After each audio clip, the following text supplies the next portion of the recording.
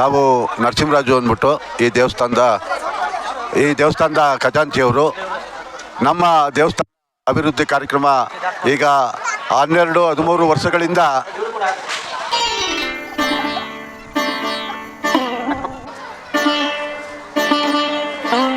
Ticket ತಗೊಳ್ಳಿ. ಪ್ರತಿಯೊಬ್ಬರು 10 ರೂಪಾಯಿ ಖರ್ಚು ಮಾಡಿ ವರ್ಷಕ್ಕೆ. ಒಂದು ವರ್ಷದಲ್ಲಿ 10 ರೂಪಾಯಿ ಮಾತ್ರ ಖರ್ಚು ಮಾಡುವಂಥದ್ದು.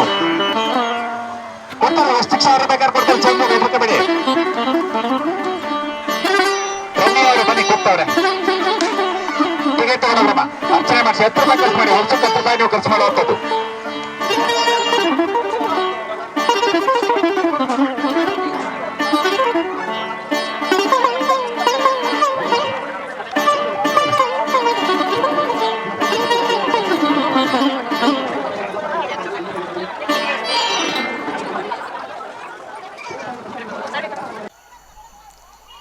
ವೀಕ್ಷಕರೇ, ಈ ವಿಡಿಯೋಗೆ ತಮ್ಮೆಲ್ಲರಿಗೂ ಸ್ವಾಗತ.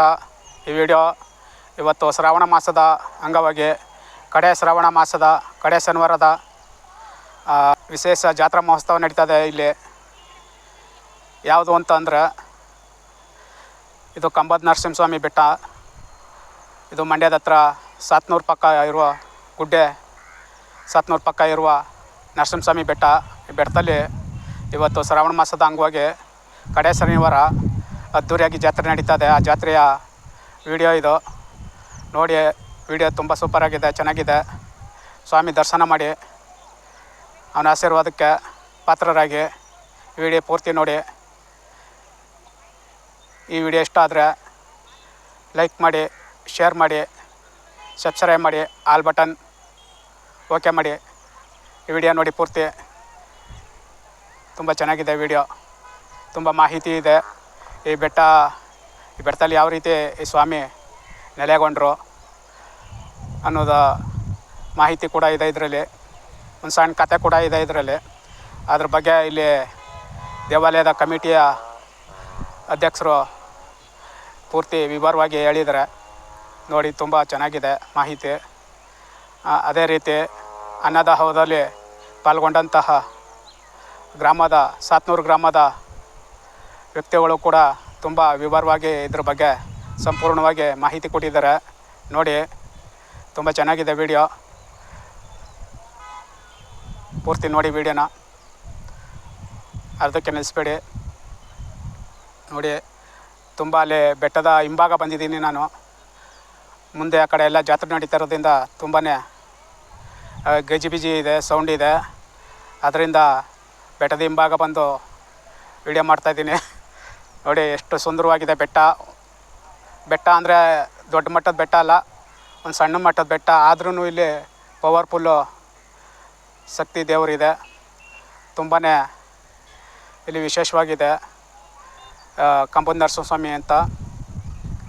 ಈ ಕಂಬದ ನರಸಿಂಹಸ್ವಾಮಿ ಎಷ್ಟು ಪವರ್ಫುಲ್ಲು ಅಂತ ಅಂದರೆ ಸುತ್ತ ಒಂದು 20-30 ಹಳ್ಳಿಗಳು ಈ ದೇವ್ರಿಗೆ ನಡ್ಕೊಳ್ತಾರೆ. ದೇವರ ಆಶೀರ್ವಾದ ಪಡೆದು ತುಂಬ ಉದ್ಧಾರ ಆಗಿದ್ದಾರೆ. ಭಕ್ತರು ತುಂಬಾ ಇದ್ದಾರೆ ಈ ದೇವಾಲಯಕ್ಕೆ. ಇವತ್ತು ಲಕ್ಷಾಂತರ ಜನ ಭೇಟಿ ಕೊಡ್ತಾರೆ. ಕಡೆ ಶನಿವಾರ, ಇವತ್ತು ಕೊನೆ ಶನಿವಾರ, 4ನೇ ಶನಿವಾರ ಅಂತ ಹೇಳ್ಬಿಟ್ಟು ಅದ್ದೂರಿಯಾಗಿ ನಡೀತದೆ. 4ನೇ ಶನಿವಾರದಲ್ಲಿ ಒಟ್ಟು 4 ಈ ಮಾಸದ ಪೂರ್ವ ಎಷ್ಟು ಶನಿವಾರ ಬರ್ತವೆ ಶ್ರಾವಣ ಮಾಸದಲ್ಲಿ ಅಷ್ಟು ವಾರದಲ್ಲೂ ಕೂಡ 4 ವಾರದಲ್ಲೂ ಕೂಡ ಜಾತ್ರೆ ನಡೀತದೆ. ಆ ಜಾತ್ರೆ ಒಳಗಡೆ 4ರಲ್ಲಿ ಕೊನೆ ವಾರದಲ್ಲಿ ತುಂಬ ಅದ್ದೂರಿಯಾಗಿ ಜಾತ್ರೆ ನಡೀತದೆ. ಇಲ್ಲಿ ಭಯಂಕರ ಜಾತ್ರೆ ನಡೀತದೆ. ನಿಮಗೋಸ್ಕರ ಈ ವಿಡಿಯೋ ಮಾಡಿ ತೋರಿಸ್ಬೇಕು ಅಂತ ಹೇಳ್ಬಿಟ್ಟು ಇಲ್ಲಿ ಬಂದು ವಿಡಿಯೋ ಮಾಡಿ ತೋರಿಸ್ತಾ ಇದ್ದೀನಿ ನೋಡಿ. ತುಂಬ ಅದ್ದೂರಿಯಾಗಿದೆ ಜಾತ್ರೆ ನೋಡಿ. ಎಂಥ ವಿಶಾಲವಾಗಿದೆ ಪ್ರಕೃತಿ ಧಾಮ, ಅದ್ಭುತವಾಗಿದೆ. ಬಂದರೆ ಯಾವಾಗ ಬೇಕಾದರೂ ಬರ್ಬೋದು. ಇಲ್ಲಿ ಬಂದು ಒಂದು ದಿವಸ ಆರಾಮಾಗಿ ದೇವ್ರು ಮಾಡ್ಕೊಂಡು ನೋಡ್ಕೊಂಡು ಸುತ್ತಾಡ್ಕೊಂಡು ಪ್ರಶಾಂತವಾಗಿದೆ ಪ್ರದೇಶ. ಸುತ್ತಮುತ್ತ ಗದ್ದೆ ಬಯಲುಗಳು, ನಡುವೆ ಇದೊಂದು ಬೆಟ್ಟ ಇದೆ, ಸಣ್ಣ ಬೆಟ್ಟ. ಸುಮಾರು 106 ಹಂತಗಳನ್ನು ಹತ್ತಿ ಬೆಟ್ಟದ ಮೇಲೆ ಹೋಗಬೇಕು ಸ್ವಾಮಿ ದರ್ಶನ ಮಾಡಬೇಕಂದ್ರೆ. ಹಾಗೆ ಇಲ್ಲಿ ತುಂಬಾ ವಿವಾಹಗಳು ಮತ್ತು ಇನ್ನಿತರೆ ಬೀಗರೂಟದ ಕಾರ್ಯಗಳು ತುಂಬಾ ನಡೀತವೆ. ಮತ್ತು ದೇವ್ರ ಕಾರ್ಯಗಳು ತುಂಬಾ ನಡೀತವೆ ಇಲ್ಲಿ, ಅದ್ದೂರಿಯಾಗಿ ನಡೀತವೆ. ನಾನ್ ವೆಜ್ ಕೂಡ ಅದ್ದೂರಿಯಾಗಿ ಮಾಡ್ತಾರೆ ಇಲ್ಲಿ, ನಾನ್ ವೆಜ್ ಮಾಡೋರು. ಮತ್ತು ವೆಜ್ ಮಾಡೋರು ವೆಜ್ ಕೂಡ ಮಾಡಿ ಇಲ್ಲಿ 4 ಜನಕ್ಕೆ ಅನ್ನ ಹಾಕಿ ದೇವರ ಆಶೀರ್ವಾದ ಪಡಿತಾರೆ. ಹರಕೆಗಳು ಮಾಡ್ಕೊಂಡಿರ್ತಾರೆ, ಈಡೇರಿದ್ಮೇಲೆ ಅದೆಲ್ಲನೂ ಮಾಡ್ತಾರೆ. ನೋಡಿ, ವಿಡಿಯೋನ ಪೂರ್ತಿ ನೋಡಿ, ನಿಲ್ಲಿಸ್ಬೇಡಿ ಅರ್ಧಕ್ಕೆ. ತುಂಬ ಚೆನ್ನಾಗಿದೆ ವಿಡಿಯೋ.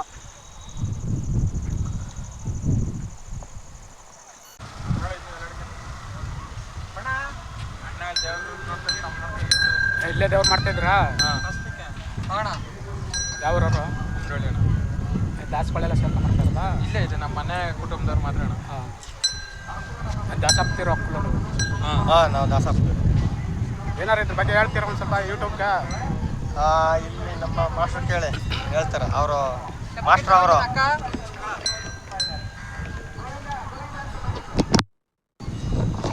ಇಲ್ಲೇನ್ರಿ ನಾವು 4 ಗಂಟೆ ಇರೋಣ, ನಾವು ಬಂದು ಅಲ್ಲಿಂದ ಬಂದು ಪೂಜೆ ಮಾಡ್ತೇವೆ. ಎಲ್ಲ ತಗೋ 5 ನಿಮಿಷ ಹೇಳ್ಬಿಟ್ಟಿದ್ರು ಮಾಹಿತಿ ತಗೋ, ಫೋಟೋ ಎಲ್ಲ ತಗೋ, ದೇವ್ರೆಡ್ಲು ಒಡ್ಡಿ ಮಾಡ್ತೀವಿ. ಎಲ್ಲಿ ಇಲ್ಲೇ ದೇವ್ರ ರೊಟ್ಟಿ ಮಾಡ್ತೀರಾ? ಎಷ್ಟೊತ್ತಿರ್ತೀವಿ ಇರ್ತೀರಿ ಇಲ್ಲಿ ಗಂಟ? ನಾವು ಈಗ ಒಂದು 10 ನಿಮಿಷ ಅಲ್ಲಿ ಹೋಗ್ಬಿಟ್ಟು ಎಷ್ಟು ಗಂಟೆ ಇರ್ತೀರಿ ಇಲ್ಲಿ? ನಾವು ಇರ್ತೀವಿ ಒಂದು ಅವರ್ ಗಂಟ. ಅವ್ರ ಜೊತೆ ಬೇಕಾದ್ರೆ ಮಾತಾಡಿ ಹೇಳ್ತಾರೆ ಅವರು. ಅಲ್ಲ, ದೇವರೆಲ್ಲ ಒಡ್ಡಿರ್ತಾರಲ್ಲ, ಎಲ್ಲ ತಗೊಂಡು ಮಾಡೋಣ ಬಿಡಿ. ಅದೇ ಯೂಟ್ಯೂಬ್ಗೆ ಒಂದು ಸ್ವಲ್ಪ ಮಾಹಿತಿ ಬೇಕಿತ್ತು. ಯೂಟ್ಯೂಬ್ಗೆ ಒಂದು ವಿಡಿಯೋ ಮಾಡ್ತಾಯಿದ್ದು, ಅದ್ರ ಮಾಹಿತಿ ಬೇಕು. ನೀವು ದೇವ್ರು ಮಾಡ್ತೀರಲ್ಲ, ಇದ್ರ ಬಗ್ಗೆ ಸ್ವಲ್ಪ ಬರ್ತೀರಾ? ಇಲ್ಲೇ ದೇವ್ರು ಹೊಡ್ತೀರಾ? ಓಕೆ ವೀಕ್ಷಕರೇ, ಈಗ ಮಾತಾಡ್ಸೋದ್ನಲ್ಲ, ಇವರು ದೇವರು ಪೂಜೆ ಮಾಡುವ ದಾಸಪ್ತಿರು. ಇವರು ಯಾರ್ದಾರ ಮನೆಗಳಲ್ಲಿ ತುಪ್ಪ ಹಾಕಿಸೋಕ್ಕೆ ಪೂಜೆ ಮಾಡಿಸೋಕ್ಕೆ ಕರೆದ್ರೆ ಹೋಗಿ ಪೂಜೆ ಮಾಡಿ ತುಪ್ಪ ಹಾಕಿ ಪೂಜೆ ಮಾಡಿಕೊಟ್ಟು ಬರ್ತಾರೆ. ಆ ದೇವರ ಮಕ್ಕಳು ಇವರು. ಅದ್ರ ಬಗ್ಗೆ ಮಾಹಿತಿ ಕೇಳಿದೆ. ಅಲ್ಲಿ ದೇವರಿಗೆ ಪೂಜೆ ಮಾಡಿಸ್ಬಂದು ಮತ್ತು ಆಮೇಲೆ ದೇವ್ರ ರೊಟ್ಟಿ ಆಮೇಲೆ ಮಾಹಿತಿ ಕೊಡ್ತೀವಿ ಅಂತ ಹೇಳಿದ್ರು ಪೂರ್ಣವಾಗಿ. ಅದರಿಂದ ಇವಾಗ ಅಲ್ಲಿ ದೇವಾಲಯದ ಹತ್ರ ಹೋಗಿ ನೋಡ್ಕೊಂಡು ಬರೋಣ ಬನ್ನಿ, ಯಾವ ರೀತಿ ನಡೀತಾ ಇದೆ ಜಾತ್ರೆ ಅಂದ್ಬಿಟ್ಟು. ಅದೇ ರೀತಿ ನೋಡಿ, ಇಲ್ಲೆಲ್ಲ ಅಡುಗೆ ಮಾಡ್ತಿದ್ದಾರೆ. ಇಲ್ಲೆಲ್ಲ ಪ್ರಸಾದಕ್ಕೆ ವ್ಯವಸ್ಥೆ ಮಾಡಿದ್ದಾರೆ. ಪುಳಿಯೋಗರೆ ಪ್ರಸಾದ ವಿತರಣೆ ಮಾಡ್ತಾಯಿದ್ದಾರೆ. ಈ ಕಡೆ ಶಾಮಿಯಾನ ಹಾಕಿ, ಆ ಕಡೆ ನೋಡಿ ಇಲ್ಲೆಲ್ಲ ಪ್ರಸಾದ ವಿತರಣೆ ಮಾಡ್ತಿದ್ದಾರೆ. ಪುಳಿಯೋಗರೆ ಪ್ರಸಾದ ಎಲ್ಲ ಭಕ್ತರು ಪ್ರಸಾದ ಸ್ವೀಕಾರ ಮಾಡ್ತಿದ್ದಾರೆ ಇಸ್ಕೊಂಡು. ಬಹಳ ಜನ ಸೇರ್ತದೆ ಇಲ್ಲಿ, ತುಂಬಾ ಲಕ್ಷಾಂತರ ಜನ. 4 ವಾರದಲ್ಲಿ ಲಕ್ಷಾಂತರ ಜನ ದರ್ಶನ ಮಾಡಿರ್ತಾರೆ. ಇವತ್ತೇ ಕಡೆ ವಾರದಲ್ಲಿ ಒಂದು 70-80 ಸಾವಿರ ಜನ ಸೇರ್ತದೆ ಇವತ್ತು ಬೆಳಗ್ಗೆಯಿಂದ ಸಂಜೆ ಗಂಟ.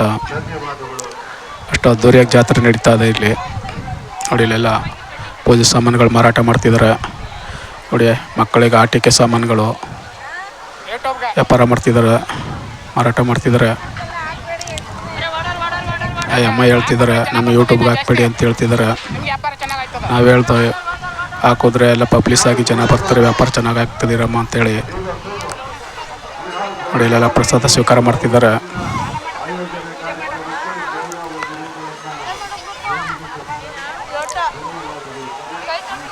ಎಷ್ಟು ಜನ ಬರ್ತಾರೆ ಅಷ್ಟು ಜನಕ್ಕೆಲ್ಲ ಇಲ್ಲಿ ಪ್ರಸಾದ ವಿತರಣೆ ಆಗ್ತಾನೆ ಇರ್ತದೆ ಬೆಳಗ್ಗೆ ಸಾಯಂಕಾಲ ಗಂಟ. ಪುಳಿಯೋಗರೆ ಪ್ರಸಾದ. ಈ ದೇವಾಲಯಕ್ಕೆ ತುಂಬ ಇತಿಹಾಸ ಇದೆ.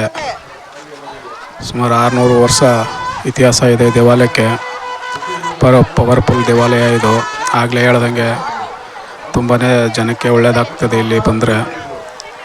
ತುಂಬಾ ಜನ ಬಂದು ಇಲ್ಲಿ ದೇವರಿಗೆ ಸೇವೆ ಮಾಡಿ ತುಂಬಾ ಅಭಿವೃದ್ಧಿ ಹೊಂದಿದ್ದಾರೆ, ಕಷ್ಟಗಳನ್ನ ನಿವಾರಣೆ ಮಾಡ್ಕೊಂಡಿದ್ದಾರೆ.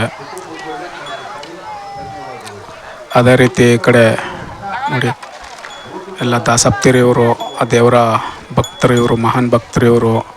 ಈ ದಾಸಪ್ತಿರೆ ಮನೆಗಳಿಗೆ ಹೋಗಿ ಧೂಪ ಹಾಕಿ ಪೂಜೆ ಮಾಡಿ ಬರ್ತಾರೆ. ಹಬ್ಬ ಹುಣ್ಣಿಮೆಗಳಲ್ಲಿ, ಈ ಶ್ರಾವಣ ಮಾಸದಲ್ಲಿ, ಮತ್ತು ಏನಾರ ಈ ಶುಭ ಕಾರ್ಯಕ್ರಮಗಳಲ್ಲಿ ಮತ್ತು ಅಶುಭ ಕಾರ್ಯಕ್ರಮಗಳಲ್ಲಿ ಪೂಜೆ ಮಾಡಿಸ್ತಾರೆ ಮನೆಗಳಲ್ಲಿ.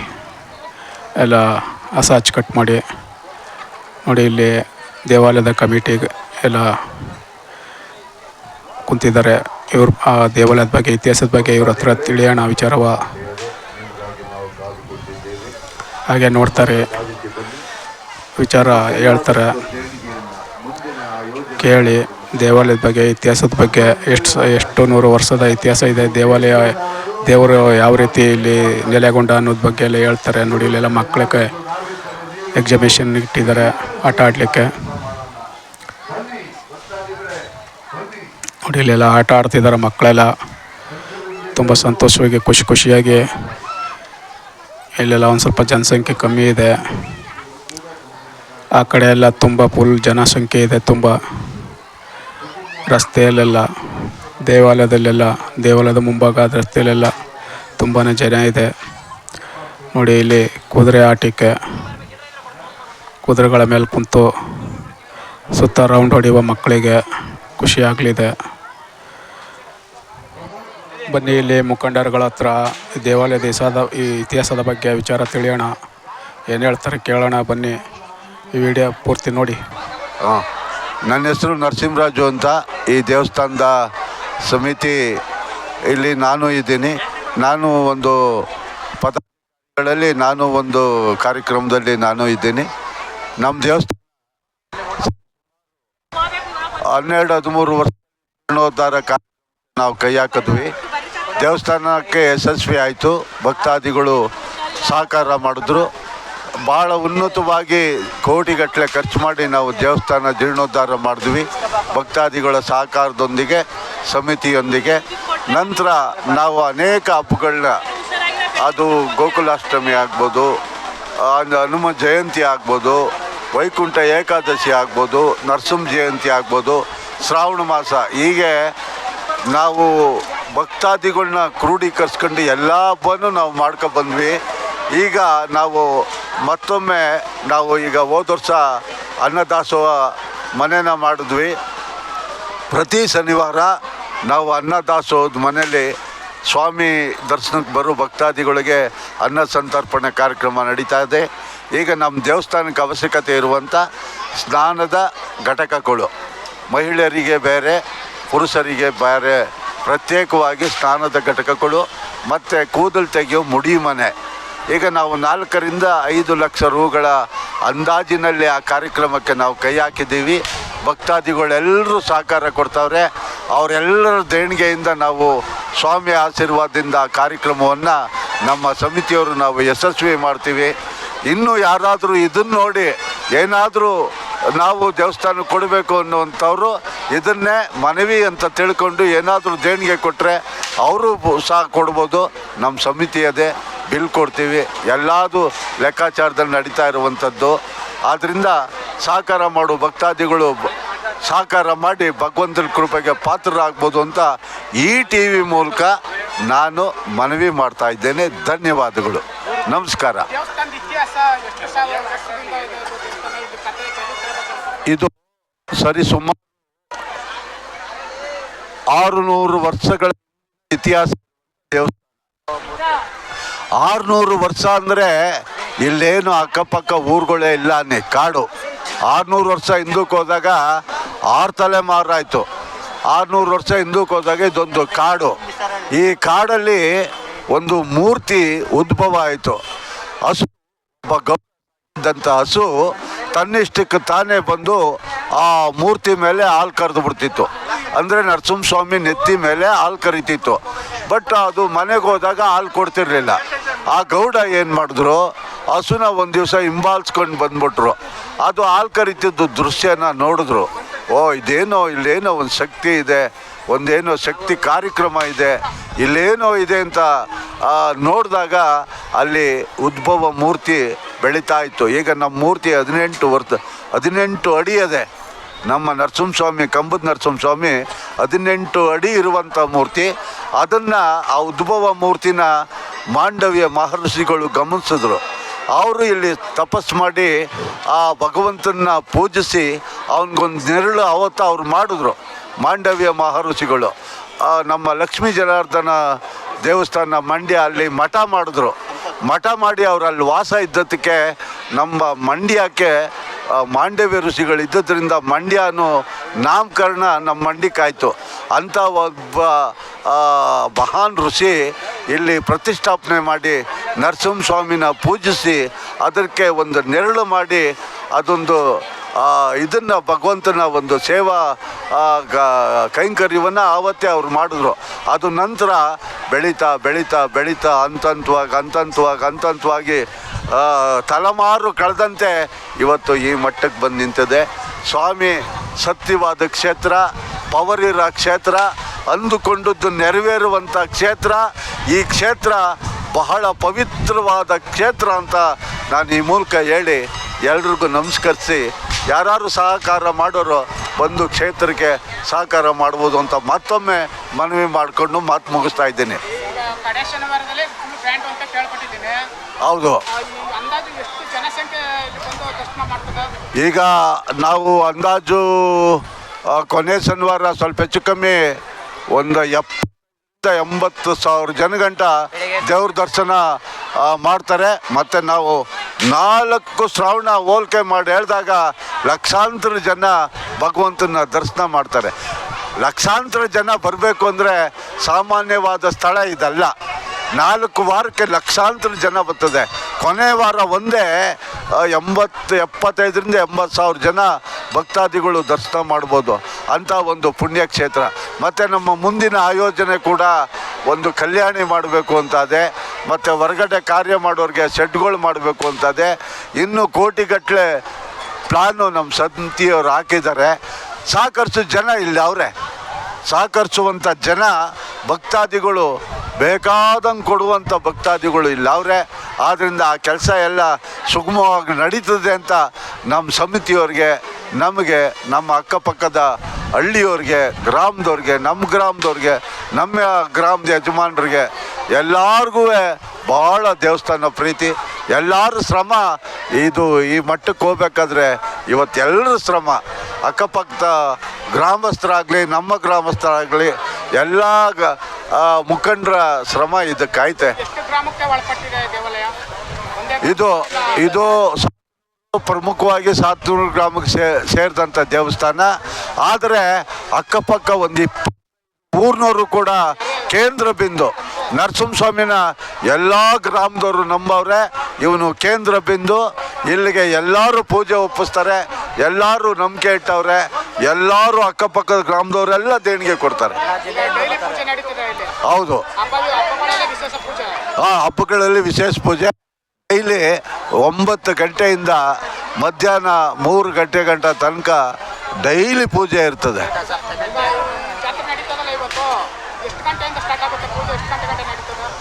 ಈಗ ಸ್ಟಾರ್ಟ್ ಆಯಿತು, ನೈಟು 10:30 ತನಕ ಪೂಜೆ ಇರ್ತದೆ ಎಲ್ಲ ಕಾರ್ಯ. ಆಮೇಲೆ ಇದ್ರ ಮಧ್ಯೆ ನಾವು ತೇರನ್ನು ಬೇರೆ ಇಟ್ಕೊಂಡಿದ್ದೀವಿ. ತೇರು 1.25 ಕೋಟಿಗೆ ತೇರು ಮಾಡಿಸ್ತೋ, ರಸ್ತೆ ಮಾಡಿಸ್ತೋ, ಒಂದು 20 ಮಾಡಿಸ್ತೋ, ತೇರು ಮನೆ ಒಂದು 7-8 ಲಕ್ಷಕ್ಕೆ ಖರ್ಚು ಮಾಡ್ದು. ಅದಕ್ಕೆ 12-13 ಲಕ್ಷ ತೇರು ಹಬ್ಬ ಮಾಡೋಕ್ಕೆ ಎಲ್ಲ ಮೂರ್ತಿ ವಾಹನಗಳನ್ನು ಕೂಡ ನಾವು ಮಾಡಿದ್ದೀವಿ. ಶೇಷ ವಾಹನ, ಗರುಡ ವಾಹನ, ಅಶ್ವ ವಾಹನ, ಗಜವಾಹನ, ಆಂಜನೇಯ ಮೂರ್ತಿ, ಹೀಗೆ ಎಲ್ಲ ವಾಹನಗಳನ್ನ ಮಾಡಿ ನಾವು ಜಾತ್ರೆ ತೇರು ರಥ ತೇರು ನಡೆಯುವಂಥದ್ದು. ನಾವು ಆ ದಿವಸ ತೇರು ಮಾಡ್ತೀವಿ. ಆ ತೇರಿನ ಜೊತೆಗೆ ಸುಮ್ಮನೆ ಅಂತ ಹೇಳಿ ಬರೀ ತೇರು ನಡೀತು 2 ವರ್ಷ. ನಂತರ ದನಗಳ ಜಾತ್ರೆನೂ ನಾವು ಅದಕ್ಕೆ ಅಳವಡಿಸ್ಕೊಂಡು ಅದಕ್ಕೆಲ್ಲ ಎಷ್ಟು ಕ್ಯಾಟಗರಿ ಅವೆ ಅಷ್ಟು ನಾವು ಪ್ರೈಸ್ಗಳು ಕೊಡ್ತೀವಿ. ಬರೋ ರೈತರಿಗೆಲ್ಲ ಊಟದ ವ್ಯವಸ್ಥೆ ಇದೆ. ತೇರು ವ್ಯವಸ್ಥೆ ಭಾಳ ಚೆನ್ನಾಗಿರ್ತದೆ. ದನಿನ ಜಾತ್ರೆ ಇರೋದ್ರಿಂದ ತೇರು ಭಾಳ ಅಚ್ಚುಕಟ್ಟಾಗಿ ಕಾಣ್ತದೆ. ಅದೊಂದು ರೋಮಾಂಚನಕಾರಿ ಹಬ್ಬ. ಹೌದು, ಇಲ್ಲ ತೇರು ದಿವಸ ನಾವು ಏನು ಜಾತ್ರೆ ತೇರಿನ ಜಾತ್ರೆ ಮಾಡ್ತೀವಿ ಅವತ್ತು ದನಿನ ಜಾತ್ರೆ ಸ್ಟಾರ್ಟ್ ಆಯ್ತದೆ. ಮತ್ತು ನಾವು ತೇರು ಎಳೆದಾಗ ದನಿನ ಜಾತ್ರೆ ಕ್ಲೋಸ್ ಆಯ್ತದೆ. ಅಂದರೆ 4 ದಿವಸ 5 ದಿವಸ ಇರ್ತದೆ, ತೊಂದರೆ ಇಲ್ಲ. ಒಳ್ಳೊಳ್ಳೆ ದನ ಬರ್ತವೆ. 12 ಲಕ್ಷ, 13 ಲಕ್ಷ, 14 ಲಕ್ಷ, 20 ಲಕ್ಷ ಗಂಟೆ ಬೆಲೆ ಬಾಳುವಂಥ ದನಗಳು ನಮ್ಮ ಜಾತ್ರೆಗೆ ಬರ್ತವೆ. ಭಾಳ ದನಿನ ಜಾತ್ರೆ. ಅವತ್ತು ತೇರಿನ ಜೊತೆಗೆ ಅದನ್ನು ನಮ್ಮ ರೈತರೆಲ್ಲ ಕಲೆ ಹಾಕೊಂಡು ಅಳವಡಿಸ್ಕೊಂಡಿದ್ದೀವಿ. ಎಲ್ಲರೂ ತುಂಬ ಚೆನ್ನಾಗಿ ನಡೀತಾ ಇದೆ. ಅಂದರೆ ಈಗ ನಾವು ಇಲ್ಲಿ ಇವತ್ತು ಒಬ್ಬರು ನಮ್ಮ ಉಮ್ಡಳ್ಳಿ ಗ್ರಾಮದವರು 3 ಕ್ವಿಂಟಾಲ್ ಅಕ್ಕಿ ಹಾಕವ್ರೆ, ಬೆಂಗಳೂರವ್ರು 4 ಕ್ವಿಂಟಾಲ್ ಅಕ್ಕಿ ಹಾಕವ್ರೆ, ದಾಸು 4 ಕ್ವಿಂಟಾಲ್ ಅಕ್ಕಿ ಹಾಕಿದ್ದೀವಿ. ಎಲ್ಲ ಖಾಲಿ ಆಗೋ ತನಕ ಕೊಡ್ತಾರೆ. ಅದೆಷ್ಟು ಕ್ಲೋಸ್ ಆದ್ರೆ ಹೆಂಗೆ ಹಂಗಂಗೆ ಸ್ಟಾಪ್ ಆಗ್ತದೆ. ವಂದನೆಗಳು ಸರ್. ಇಷ್ಟು ಮಾಹಿತಿ ಕೊಟ್ಟಿದ್ದಕ್ಕೆ ನಿಮ್ಗೆ ಧನ್ಯವಾದಗಳು. ಧನ್ಯವಾದ ಸರ್. ನಿಮ್ಮ ಹೆಸರು? ನವೀನ್ ಕುಮಾರ್ ಅಂತೇಳಿ. ಹೇಳಿ ಹೇಳಿ ಅಲ್ಲ, ನಾವು ಹೆಸರು ಹೇಳಿ ಅಷ್ಟೇ. ನವೀನ್ ಕುಮಾರ್ ಅಂತೇಳಿ. ರಾಮಕೃಷ್ಣ ಯಾವ್ರು? ಸಾತ್ನೂರಿದೇವರು ಎಲ್ಲ ಸಾತ್ನೂರವರೇ ಇಲ್ಲಿರೋದು. ಇವರು ಶಿವರಾಮ್. ಅಣ್ಣ ನಿಮ್ಮ ಹೆಸರು? ಶಿವರಾಮ ಅಂತ. ಶಿವರಾಮ್. ಅಣ್ಣ ನಿಮ್ಮ ಹೆಸರು? ಅವರು DCC ಬ್ಯಾಂಕ್ ಸತೀಶ್ ಅಂತ. ಗೋರೇಗೌಡ್ರು ಯಜಮಾನ್ರು ನಮ್ಮ ಗೋರೇಗೌಡರು. ಅಣ್ಣ ನಿಮ್ಮ ಹೆಸರು? ರಮೇಶ್ ರಾಜು ಸಾತ್ನೂರು. ಪವಿತ್ರ ಸಿಂಗೇಗೌಡರು, ಶೇಖರ್. ಎಲ್ಲ ಸೇರಿ ಒಟ್ಟೆ ಮಾಡ್ತಾ ಇರೋದು. ಒಳ್ಳೆ ಅದ್ದೂರಿಯಾಗಿ ಮಾಡ್ತಾ ಇದ್ದಾರೆ. ಚೆನ್ನಾಗಿ ಮಾತಾಡ್ತಾರೆ. ರಥೋತ್ಸವಕ್ಕೆ ಮುಂದಿನ ಆಯೋಜನೆಗೆ ಅವರ ಆಶೀರ್ವಾದ ನಿಮಗೂ ಒಳ್ಳೆದಾಗೋಣ. ಧನ್ಯವಾದಗಳು. ನಮಸ್ಕಾರ. ನೋಡಿ, ಇಲ್ಲಿ ಕಡೆ ಶ್ರಾವಣದಲ್ಲೇ ಕೃಷ್ಣ ಜನ್ಮಾಷ್ಟಮಿ ಇರೋದ್ರಿಂದ ಭಕ್ತಾದಿಗಳು ಬಂದು ಇಲ್ಲಿ ರಾಧೆಕೃಷ್ಣ ಮಕ್ಕಳಿಗೆ ರಾಧೆಕೃಷ್ಣ ಉಡುಗೆಯನ್ನು ತೊಡಿಸಿ ಫೋಟೋ ಶೂಟ್ ಮಾಡ್ತಾಯಿದ್ರು. ಎಷ್ಟು ಸುಂದರವಾಗಿ ಕಾಣ್ತಾವ್ರೆ ನೋಡಿ. ರಾಧಾಕೃಷ್ಣ ನೋಡಿ ಎಷ್ಟು ಚೆಂದಾಗಿ ಕಾಣ್ತಾ ಇದ್ದಾರೆ.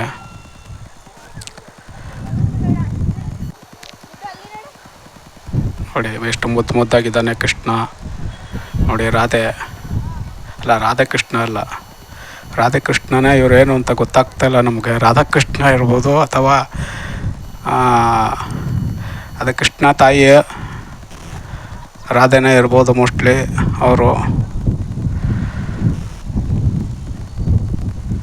ನೋಡಿ ಫೋಟೋ ಶೂಟ್ ಮಾಡ್ತಿದ್ದಾರೆ.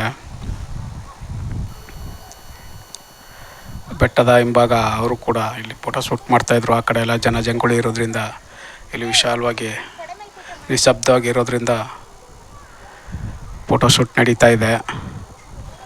ನೋಡಿ ಕೃಷ್ಣ ಮುದ್ದ ಕೃಷ್ಣ, ಗೋಪಿ ಕೃಷ್ಣ ಇರಬೇಕು, ಇಲ್ಲ ರಾಧಾಕೃಷ್ಣ ಇರಬೇಕು, ಅಥವಾ ದೇವಕಿ ಕೃಷ್ಣ ಇರಬೇಕು ಮೋಸ್ಟ್ಲಿ. ಕೇಳಿದ್ವಿ ಏನಾರ ಮಾಹಿತಿ ಹೇಳಿ ಅಂದ್ಬಿಟ್ಟು ಹೇಳಲಿಲ್ಲ ಅವರು, ನಾಚ್ಕೊಂಡು ಅಷ್ಟೇ ಶೂಟ್ ಮಾಡಿದ್ವಿ ನಾವು ವಿಡಿಯೋನ. ನೋಡಿ ಇಲ್ಲಿ ಎಲ್ಲ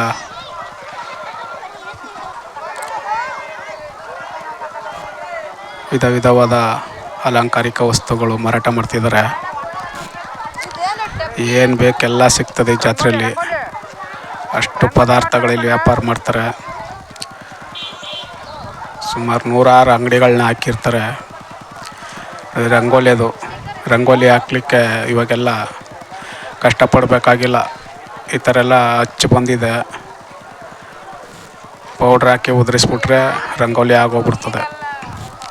ನೋಡಿ ಇದು ಕೂಡ ಅಲಂಕಾರಿಕ ವಸ್ತು, ಹೂಗಳು, ಪ್ಲಾಸ್ಟಿಕ್ ಹೂಗಳು. ನೋಡಿ ಇಲ್ಲಿ ಪಾನಿಪುರಿ ಅಂಗಡಿ ಕೂಡ ಇದೆ. ಎಷ್ಟು ಬೇಕಾದ್ರೂ ಪಾನಿಪುರಿ ತಿನ್ಬೋದು. ಈ ಕಡೆ ನೋಡಿ ಮಕ್ಕಳಿಗೆ ಆಟಿಕೆ ಸಾಮಾನುಗಳು ಏನು ಬೇಕೆಲ್ಲ ಸಿಗ್ತದೆ. ನೋಡಿ ಇಲ್ಲಿ ಕಬ್ಬಿನ ಜ್ಯೂಸು ಎಷ್ಟು ಬೇಕಾದರೂ ಕುಡಿಬೋದು. ಇದೊಂದು ಅದ್ಭುತ. ಜಾತ್ರೆಗೆ ಬಂದರೆ ಏನು ಬೇಕಾದರೂ ತಿನ್ಬೋದು, ಏನು ಬೇಕಾದ್ರೂ ಕುಡಿಬೋದು, ಎಷ್ಟು ಬೇಕಾದ್ರೂ ಎಂಜಾಯ್ ಮಾಡ್ಬೋದು. ಈ ರೀತಿ ಜಾತ್ರೆಗಳು ಮಾಡೋದೇ ಅದಕ್ಕೋಸ್ಕರ. ಎಲ್ಲ ಒಟ್ಟು ಕೂಡ್ಕೊಂಡು ಬಂದು ಜಾತ್ರೆಯಲ್ಲಿ ಈ ರೀತಿ ಶಾಪಿಂಗ್ ಮಾಡಿ ತಿಂಡಿ ತಿನಿಸುಗಳನ್ನ ತಿಂದು ಆನಂದವಾಗಿ ಭಗವಂತನ ದರ್ಶನ ಮಾಡಿ ಹೋಗ್ಲಿಕ್ಕೆ ಈ ರೀತಿ ಜಾತ್ರೆಗಳನ್ನ ಆಯೋಜನೆ ಮಾಡ್ತಾರೆ. ನಮ್ಮ ಹಿಂದೂ ಸನಾತನ ಧರ್ಮದಲ್ಲಿ ಪುರಾತನ ಕಾಲದಿಂದ ನಡ್ಕೊ ಬಂದಿದೆ.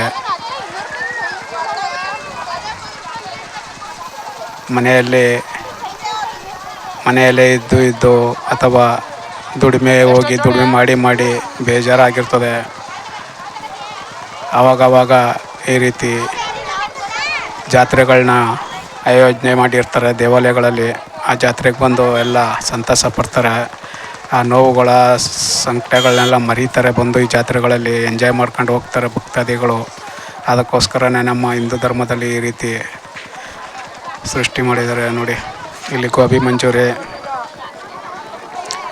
ಏನು ಜನ ನೋಡಿ, ಎಷ್ಟು ಜನ ಇದೆ, ತುಂಬಾ ಜನ ಇದೆ, ಬರ್ತಾನೆ ಇದೆ ಜನ, ಮಸ್ತನ ಬರ್ತಾಯಿದೆ, ಬೇಜಾನ್ ಜನ ಬರ್ತಾಯಿದೆ ನೋಡಿ. ಈ ಕಡೆ ಎಲ್ಲ ಗೋಬಿನ ಸ್ವಾಹ ಮಾಡ್ತಿದ್ದಾರೆ ಕುಟುಂಬ ಸಮೇತ ನೋಡಿ. ಇಲ್ಲೆಲ್ಲ ಜೋಳ ಸ್ವಾಹ ಮಾಡ್ತಿದ್ದಾರೆ ನೋಡಿ. ಇಲ್ಲಿ ನೋಡಿ ಇಲ್ಲೆಲ್ಲ ಚುರುಮುರಿ ಸ್ವಾಹ ಮಾಡ್ತಿದ್ದಾರೆ ನೋಡಿ. ಇಲ್ಲೂ ಕೂಡ ಜೋಳ ಸ್ವಾಹ ಮಾಡ್ತಿದ್ದಾರೆ. ಇಲ್ಲಿ ಐಸ್ ಕ್ರೀಮ್ ಸ್ವಾಹ ಮಾಡ್ತಿದ್ದಾರೆ.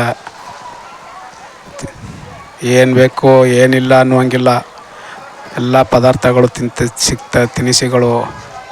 ಚೇತನ್ ಗೋಬಿ ಮಂಚೂರಿ ಸೆಂಟರ್ ನೋಡಿ, ದೊಡ್ಡದಾಗಿ ಹಾಕ್ಬಿಟ್ಟಿದ್ದಾರೆ ಇಲ್ಲಿ ಗೋಬಿ ಮಂಚೂರಿದು ಸೆಂಟರ್ನ ನೋಡಿ. ಈ ಕಡೆ ಎಲ್ಲ ಬಜ್ಜಿ, ಬೋಂಡ, ಪಕೋಡ, ಖಾರ ಸೇವೆಗಳು ದೊಡ್ಡದಾಗಿ ಹಾಕ್ಬಿಟ್ಟಿದ್ದಾರೆ. ಇಲ್ಲೊಂದು ಸ್ಟಾಲು ಜಿಲೇಬಿ ನೋಡಿ. ಎಲ್ಲ ನೋಡ್ತಾ ಇದ್ರೆ ಬಾಯಿ ನೀರು ಬರ್ತದೆ. ಬೆಣ್ಣೆ ಮುರ್ಕು ಎಷ್ಟೊಂದು ಮಾಡಿ ಇಟ್ಟಿದ್ದಾರೆ ನೋಡಿ. ಪಕೋಡ, ರಾಶಿ ಪಕೋಡ, ರಾಶಿ ಖಾರ ಸೇವೆ, ರಾಶಿ ಜಿಲೇಬಿ ನೋಡಿ. ಅಲ್ಲೇ ಮಾಡಿ ಅಲ್ಲೇ ಕೊಡ್ತಾಯಿದ್ದಾರೆ ಬಿಸಿ ಬಿಸಿ, ಫ್ರೆಶ್ ಆಗಿ ಬಿಸಿ ಬಿಸಿಯಾಗಿ. ಮೋಡದ ಕಾಲ, ಮಳೆಗಾಲ ಎಲ್ಲ ನೋಡಿದ್ರೆ ತಿನ್ನಬೇಕು ಅನ್ನಿಸ್ತಾನೆ ಇರ್ತದೆ. ತಿಂತಾ ಇರ್ತಾರೆ ತಗೊಂಡು ನೋಡಿ. ಮೆಣಸಿನ್ಕಾಯಿ ಬಜ್ಜಿ. ವಿಡಿಯೋ ತುಂಬ ಲಾಂಗ್ ಇದೆ, ಈ ವಿಡಿಯೋ ಎಲ್ಲೂ ಮುಗಿಸ್ತಾ ಇದ್ದೀನಿ. ಮತ್ತಷ್ಟು ದೃಶ್ಯಗಳು ಮುಂದೆ ವಿಡಿಯೋನಲ್ಲಿ ನೋಡಿ. ಈ ವಿಡಿಯೋ ಇಷ್ಟ ಆದರೆ ಶೇರ್ ಮಾಡಿ, ಲೈಕ್ ಮಾಡಿ, ಸಬ್ಸ್ಕ್ರೈಬ್ ಮಾಡಿ. ಮುಂದಿನ ವಿಡಿಯೋದಲ್ಲಿ ಭಗವಂತನ ದರ್ಶನವಿದೆ, ದರ್ಶನ ಮಾಡಿ. ಆ ವಿಡಿಯೋಗೋಸ್ಕರ ವೆಯ್ಟ್ ಮಾಡಿ. ಧನ್ಯವಾದಗಳು.